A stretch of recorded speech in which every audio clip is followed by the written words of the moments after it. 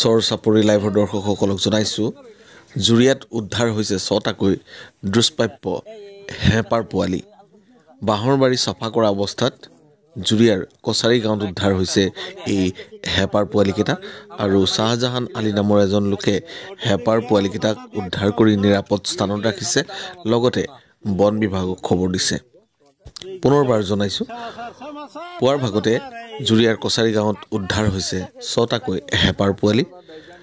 বাঁহৰ বাৰী চফা কৰা অৱস্থাত উদ্ধাৰ এই হেঁপাৰ পোৱালিকেইটা আৰু এই হেঁপাৰ পোৱালিকেইটাক নিৰাপদ স্থানত ৰাখিছে শ্বাহজাহান আলী নামৰ এজন প্ৰকৃতিপ্ৰেমীয়ে আৰু বন বিভাগক খবৰ দিয়া বুলি জানিব পৰা গৈছে।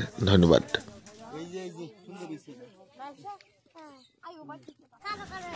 চৰ চাপৰি লাইভৰ দৰ্শকসকলক জনাইছোঁ জুৰিয়াত উদ্ধাৰ হৈছে ৬টাকৈ দুষ্প্ৰাপ্য হেঁপাৰ পোৱালি। বাঁহৰ বাৰী চফা কৰা অৱস্থাত জুৰিয়াৰ কছাৰী গাঁৱত উদ্ধাৰ হৈছে এই হেঁপাৰ পোৱালিকেইটা আৰু শ্বাহজাহান আলী নামৰ এজন লোকে হেঁপাৰ পোৱালিকেইটাক উদ্ধাৰ কৰি নিৰাপদ স্থানত ৰাখিছে, লগতে বন বিভাগক খবৰ দিছে। পুনৰবাৰ জনাইছোঁ, পুৱাৰ ভাগতে জুৰিয়াৰ কছাৰী গাঁৱত উদ্ধাৰ হৈছে ৬টাকৈ হেঁপাৰ পোৱালি।